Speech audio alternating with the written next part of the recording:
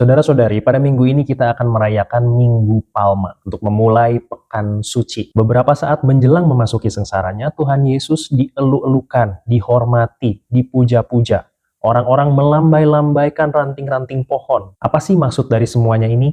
Mengapa menjelang memasuki sengsaranya, Tuhan dipuja-puja dulu, baru kemudian ia mengalami sengsara, wafat, dan kebangkitan? Apa maksudnya kita merayakan Minggu Palma? Untuk mengetahui jawabannya, mari kita mengintip bacaan-bacaan yang akan kita dengarkan dalam perayaan Minggu Palma tahun A dalam Insap Intip Sabda bersama dengan Frater Evi. Saudara-saudari, dalam perayaan liturgi Minggu Palma selalu ada dua bagian. Pada bagian pertama, biasanya imam yang memimpin perayaan Ekaristi untuk Minggu Palma tidak langsung masuk ke panti imam. Dan pada bagian yang pertama ini, suasana yang ingin dibangun adalah suasana memuji Tuhan, mengeluh-elukan Tuhan, menghormati Tuhan. Bahkan ada satu bagian di mana kita melambai-lambaikan ranting pohon sambil bernyanyi-nyanyi. Nah, pada bagian pertama ini akan dibacakan sebuah bacaan Injil yang mengisahkan Tuhan Yesus dieluk-elukan di dekat Yerusalem. Sementara pada bagian yang kedua, suasananya berbeda jauh. Nuansanya boleh dikatakan lebih menyedihkan. Pada bagian yang kedua ini akan dibacakan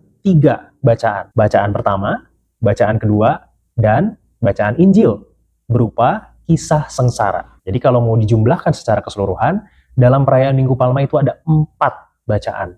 1 bacaan Injil yang ada di bagian pertama tadi, kemudian ada 3 bacaan yang ada di bagian kedua. Mari kita memulai insap kali ini dengan melihat bacaan Injil yang ada di bagian pertama, yang diambil dari Matius bab 21 ayat 1 sampai 11. Pada ayat yang pertama, Matius mengisahkan atau menjelaskan latar tempat di mana kisah ini berlangsung. Dikatakan ketika Yesus dan murid-muridnya telah dekat Yerusalem dan tiba di Betfage yang terletak di Bukit Zaitun. Kata kuncinya adalah Bukit Zaitun. Bukit Zaitun ini bukan tempat sembarangan. Kalau kita membuka kitab Nabi Zakaria bab 14 ayat 4, di situ dikatakan bahwa Bukit Zaitun adalah tempat di mana Tuhan menapakkan kakinya pada hari penghakiman dan penyelamatan. Kalau kita mendengar hari penghakiman dan hari penyelamatan, maka itu berkaitan dengan akhir zaman. Maka kalau kisah ini terjadi di Bukit Zaitun,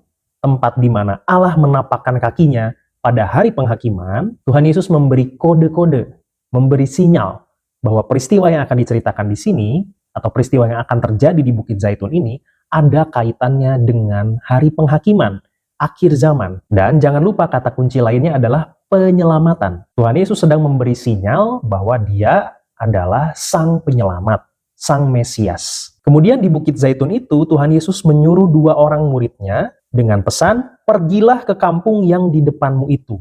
Dan di situ kamu akan segera menemukan seekor keledai betina tertambat dan anaknya ada dekatnya. Lepaskanlah keledai itu dan bawalah keduanya kepadaku. Kita bisa melihat bahwa Tuhan Yesus sangat tahu persis detailnya. Padahal Tuhan Yesus tidak melihat secara langsung apa yang ada di kampung itu.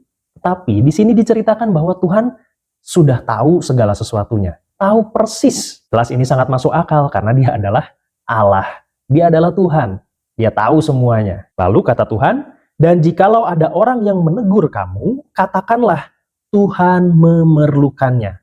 Ia akan segera mengembalikannya. Jadi seandainya kalau ketika para murid itu sedang mengambil keledai, ada yang bertanya, itu mau dibawa kemana keledainya? Nah, kata Tuhan, jawablah, Tuhan memerlukannya. Siapa yang memerlukannya? Jelas Tuhan Yesus. Dan dengan mengatakan Tuhan memerlukannya, artinya di sini Tuhan Yesus sedang menegaskan otoritasnya sebagai Tuhan. Bukan sebagai manusia biasa, bukan sebagai nabi biasa, tapi sebagai Tuhan. Pada masa itu memang wajar kalau seandainya ada orang yang punya otoritas, misalnya raja atau pimpinan setempat, memerlukan sesuatu, maka raja atau pimpinan itu punya hak untuk meminjam dari rakyatnya sesuatu yang ia butuhkan itu. Nah, dalam hal ini Tuhan Yesus dengan otoritasnya sebagai Tuhan ingin meminjam sesuatu yang dalam hal ini adalah keledai karena dia memerlukannya. Memerlukannya untuk apa?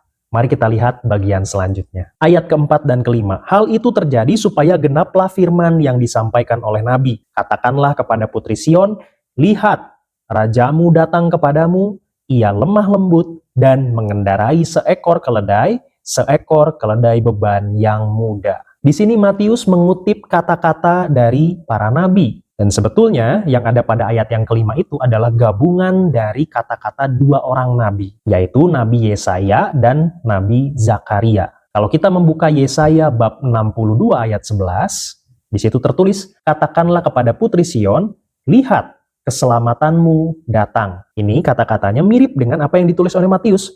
Katakanlah kepada putri Sion, lihat, rajamu datang kepadamu. Lalu kalau kita lihat lagi kitab Nabi Zakaria bab 9 ayat 9, di situ dikatakan, "Bersorak-sorailah dengan nyaring, hai putri Sion," dan seterusnya, "Lihat, rajamu datang kepadamu," dan seterusnya, "Ia lemah lembut dan mengendarai seekor keledai." Mengapa Matius mengutip kata-kata dari dua nabi ini? Seperti yang sudah kita dalami bersama dalam Insap episode-episode sebelumnya, Injil Matius adalah Injil yang pertama-tama waktu itu ditujukan kepada pembaca orang-orang Yahudi. Maka tidak heran kalau dalam Injil Matius ada banyak hal yang selalu dikaitkan dengan sesuatu yang berasal dari tradisi Yahudi. Kadang-kadang juga Matius menggunakan istilah-istilah yang digunakan oleh orang-orang Yahudi. Tentu tujuannya adalah supaya tulisannya Matius itu menjadi relate dengan orang Yahudi, cocok dengan cara pandangnya orang Yahudi.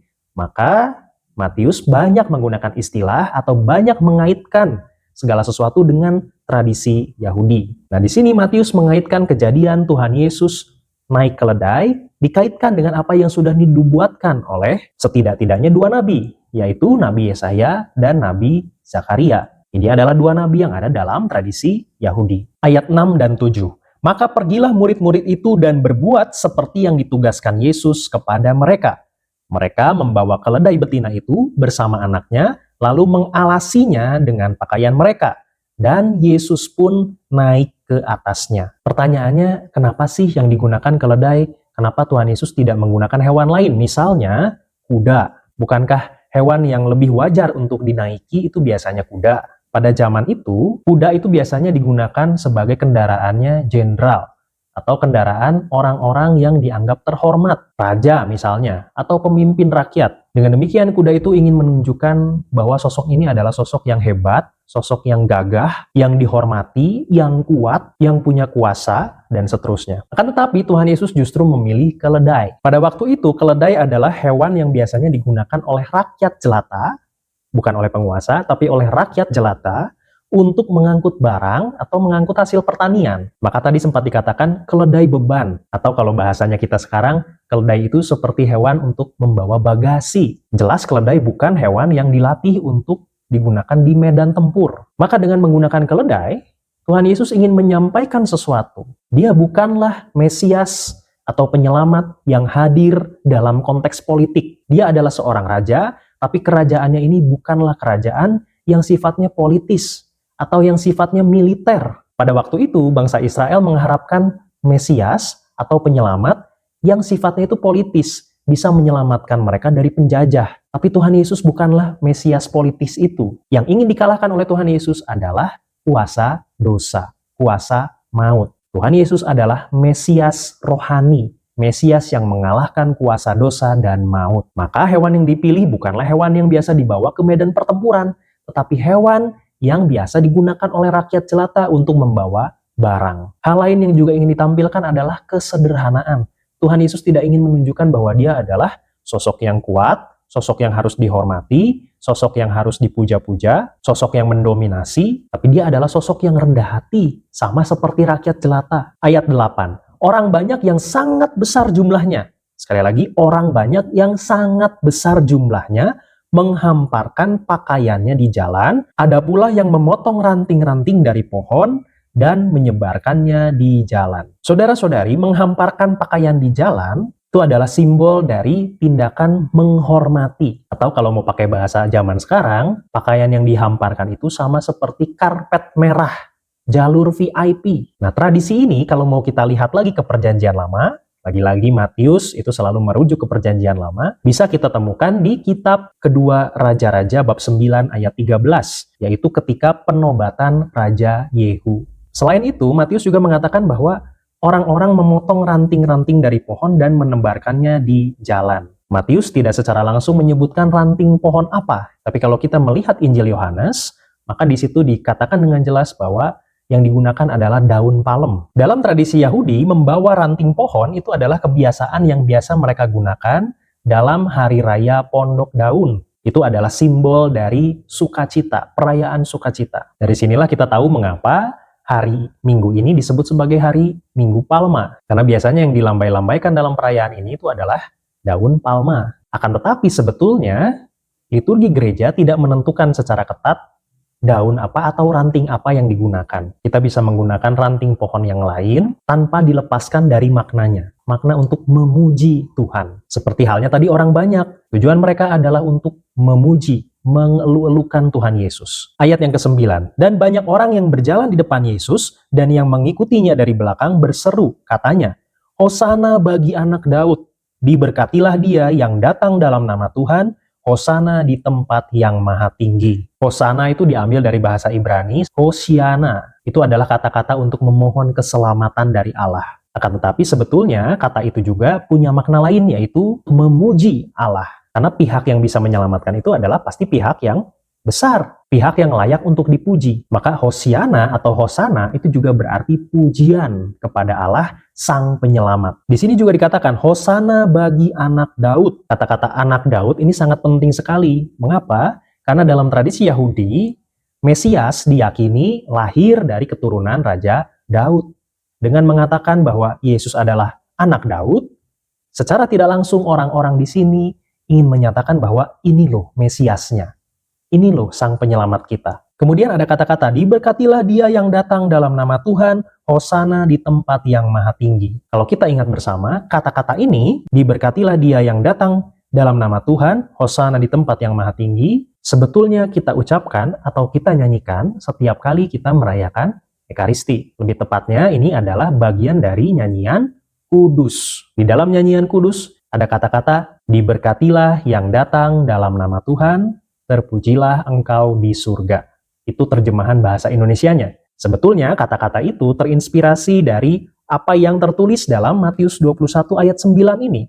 Diberkatilah dia yang datang dalam nama Tuhan, Hosana di tempat yang maha tinggi. Sekali lagi ini adalah kata-kata untuk memuji kebesaran Allah. Atau lebih tepatnya ini adalah kata-kata yang ditujukan kepada Tuhan Yesus untuk memuji Tuhan Yesus sebagai Sang Penyelamat, Sang Mesias. Ayat yang ke-10, dan ketika ia masuk ke Yerusalem, gemparlah seluruh kota itu, dan orang berkata, siapakah orang ini? Kata gempar di sini, kalau kita mau pakai bahasa hari ini, mungkin kita bisa menggunakan kata gehger, heboh. Dan kehebohan ini itu mengguncang seluruh kota. Artinya ini bukan kehebohan biasa, ini adalah kehebohan yang luar biasa. Mengguncang seluruh kota itu berarti artinya mengguncang para petinggi orang-orang Yahudi, juga mengguncang orang-orang Farisi, para ahli Taurat, dan semua orang yang punya kepentingan di Yerusalem. Mereka sampai bertanya-tanya, ini orang ini siapa? Kemudian pada ayat yang ke-11 dikatakan, dan orang banyak itu menyahut, inilah Nabi Yesus dari Nazaret di Galilea. Perhatikan kata-kata ini. Inilah Nabi Yesus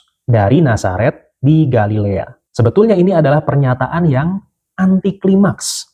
Seperti turun dari apa yang sudah dikatakan sebelumnya. Kalau tadi sebelumnya mereka mengatakan Hosana bagi anak Daud. Ingin mengatakan bahwa Yesus ini adalah Sang Mesias, Sang Penyelamat yang kita tunggu-tunggu. Tetapi pada ayat yang 11 ini, ketika keguncangan terjadi di Yerusalem, orang-orang banyak itu malah mengatakan ini adalah Nabi Yesus.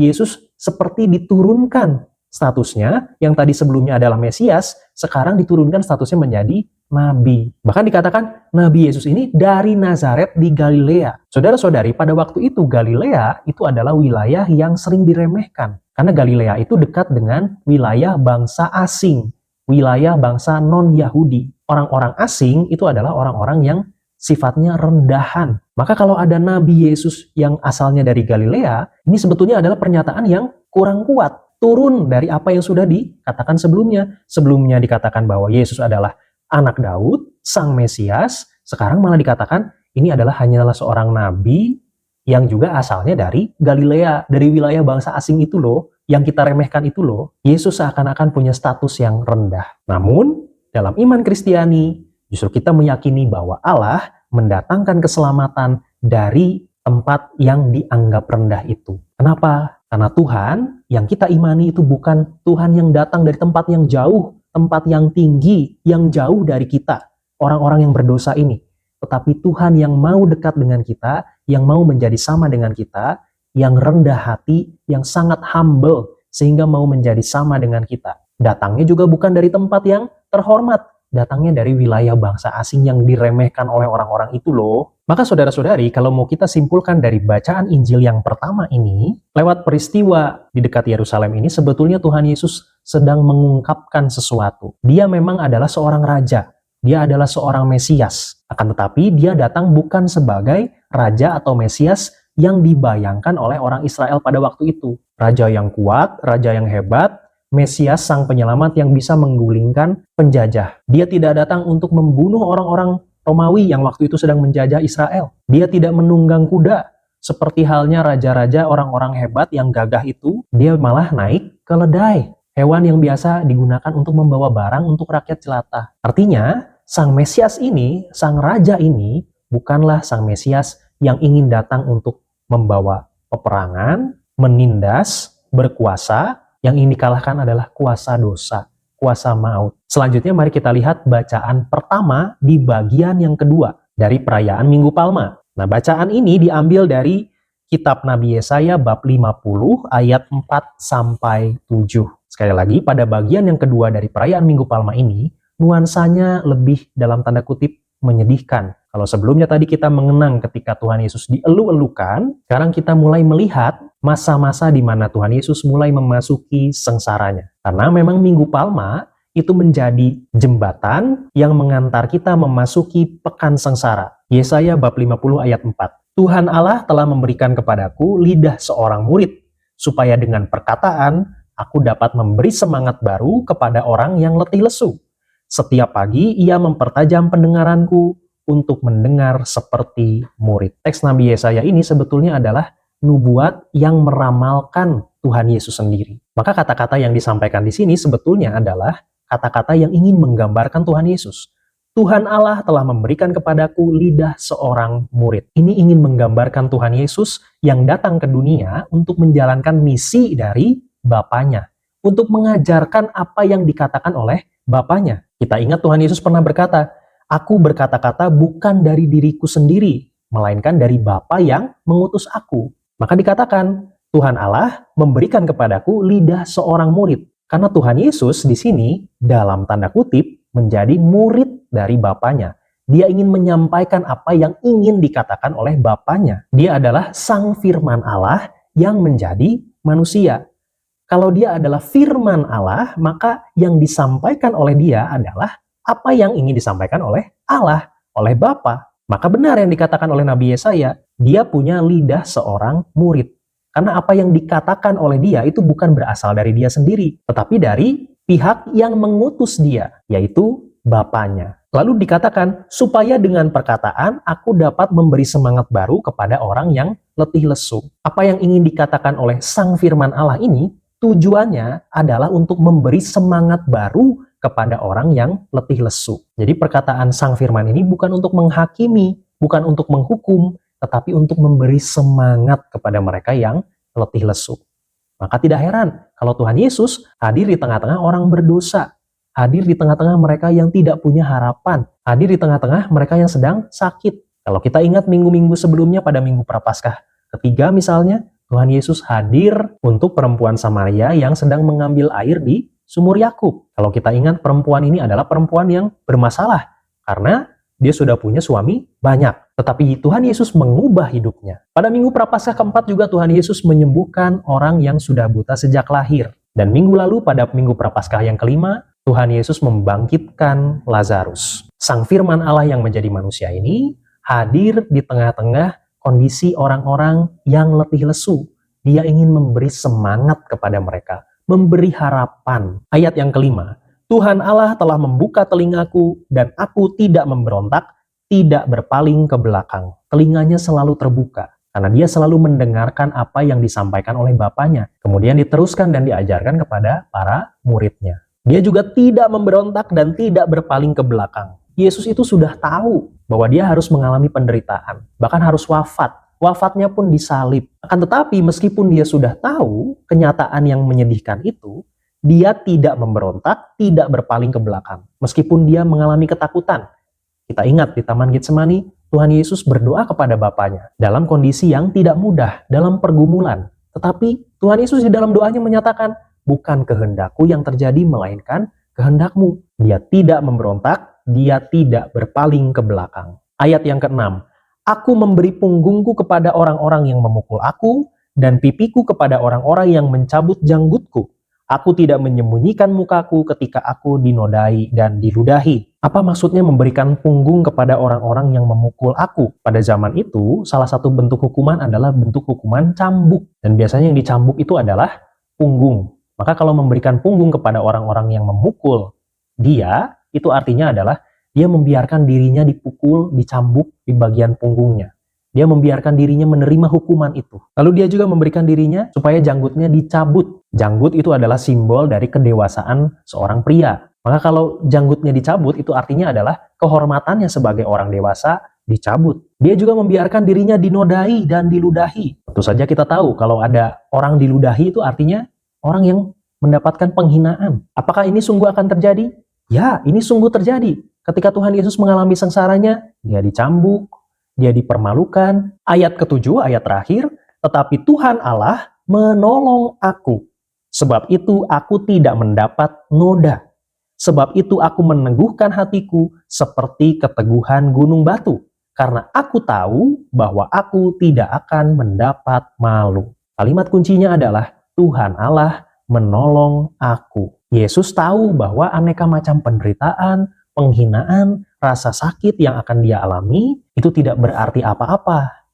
Karena dia tahu bahwa Bapanya hadir untuk dia. Sebab itu aku meneguhkan hatiku seperti keteguhan gunung batu. Gunung batu itu ingin menggambarkan gunung yang sangat teguh, yang sangat keras. Kalau dikatakan meneguhkan hatiku seperti keteguhan gunung batu, artinya keteguhan hati Yesus ketika mau memasuki penderitaannya, mau menjalankan penderitaannya, itu sangat teguh, sangat kuat sekali. Sekarang mari kita masuk ke bacaan kedua yang diambil dari Filipi bab 2 ayat 6 sampai 11. Ini adalah bagian dari surat Filipi yang cukup terkenal. Biasanya dikenal sebagai nyanyian Kristus atau kidung Kristus, atau juga ada yang menyebutnya kidung Filipi. Ayat ke-6, Tuhan Yesus walaupun dalam rupa Allah tidak menganggap kesetaraan dengan Allah itu sebagai milik yang harus dipertahankan. Bagian-bagian dari kidung ini sebetulnya kalau kita baca perlahan-lahan, kita sudah bisa menangkap maknanya secara langsung. Walaupun dalam rupa Allah, Tuhan Yesus tidak menganggap kesetaraan dengan Allah itu sebagai milik yang harus dipertahankan. Di sini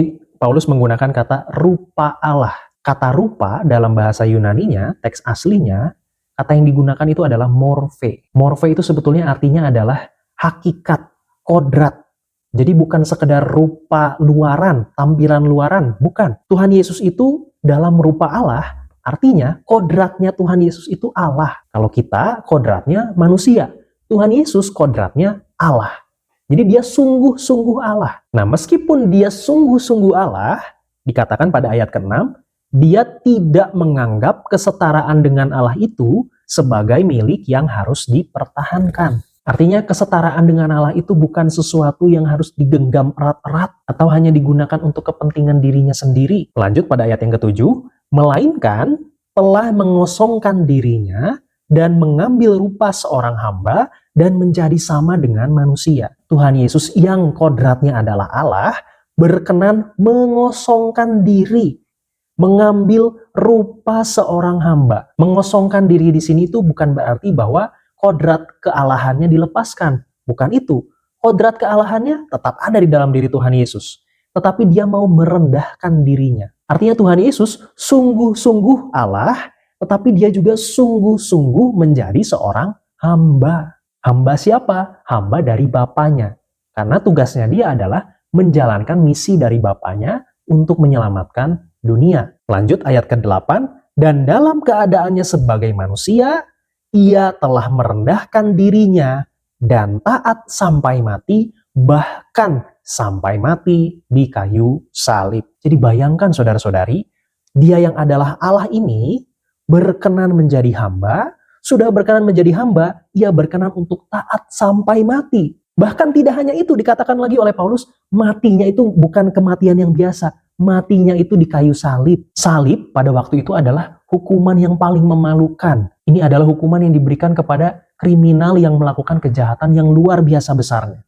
Ini adalah kematian yang sangat memalukan karena dipamerkan depan umum. Bayangkan betapa dia sungguh merendahkan dirinya, sungguh mengosongkan dirinya. Akan tetapi, mari kita baca lanjutannya. Ayat yang ke-9. Itulah sebabnya Allah sangat meninggikan dia dan mengaruniakan kepadanya nama di atas segala nama, supaya dalam nama Yesus bertekuk lutut segala yang ada di langit, yang ada di atas bumi, dan yang ada di bawah bumi. Dan segala lidah mengakui Yesus Kristus adalah Tuhan untuk kemuliaan Allah Bapa. Saudara-saudari, jadi kalau mau digambarkan, kidung ini itu seperti bentuknya V. Jadi ada waktunya turun dan ada waktunya naik. Tadi dikatakan bahwa Tuhan Yesus adalah Allah. Tapi dia berkenan mengosongkan diri, menjadi hamba, menjadi manusia, taat sampai mati, matinya disalib. Akan tetapi, oleh karena kesediaannya dia untuk mengosongkan diri ini, Allah meninggikan dia, mengaruniakan kepadanya nama di atas segala nama, supaya dalam nama Yesus Kristus bertekuk lututlah segala yang ada di bumi.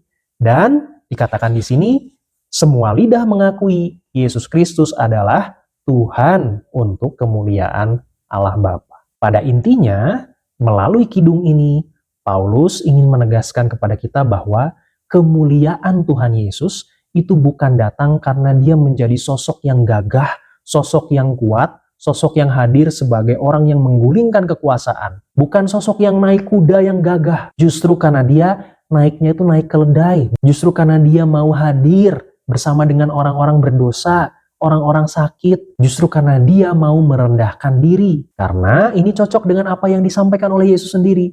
Barang siapa merendahkan diri, akan ditinggikan. Barang siapa meninggikan diri, akan direndahkan. Inilah logika iman Kristiani kita. Kita menjadi orang Kristen bukan untuk menjadi orang-orang besar. Bukan untuk mendapatkan kemuliaan dengan cara mengalahkan banyak pihak. Sikut kanan, sikut kiri. Bukan itu tujuan kita menjadi pengikut Kristus. Menjadi pengikut Kristus itu mengosongkan diri. Karena kemuliaan hadir ketika kita mengosongkan diri kita. Merendahkan diri kita. Itulah kemuliaan yang sesungguhnya. Itulah saat dimana kita bisa mengalahkan ego kita sendiri. Kemenangan kita itu bukan kemenangan atas orang lain, tapi kemenangan dengan mengalahkan ego kita sendiri. Itulah kemenangan yang sesungguhnya. Tuhan Yesus menang bukan dengan cara menggulingkan orang-orang Romawi, bukan dengan cara menggulingkan orang-orang yang menyalibkan dia. Tidak. Tuhan Yesus justru menang karena dia mengalahkan egonya. Kemenangan kita sebagai orang Kristen justru terjadi ketika kita mau memasuki penderitaan, mau memikul salib kita bersama dengan Tuhan Yesus. Tidak ada kebangkitan kalau tidak ada kematian.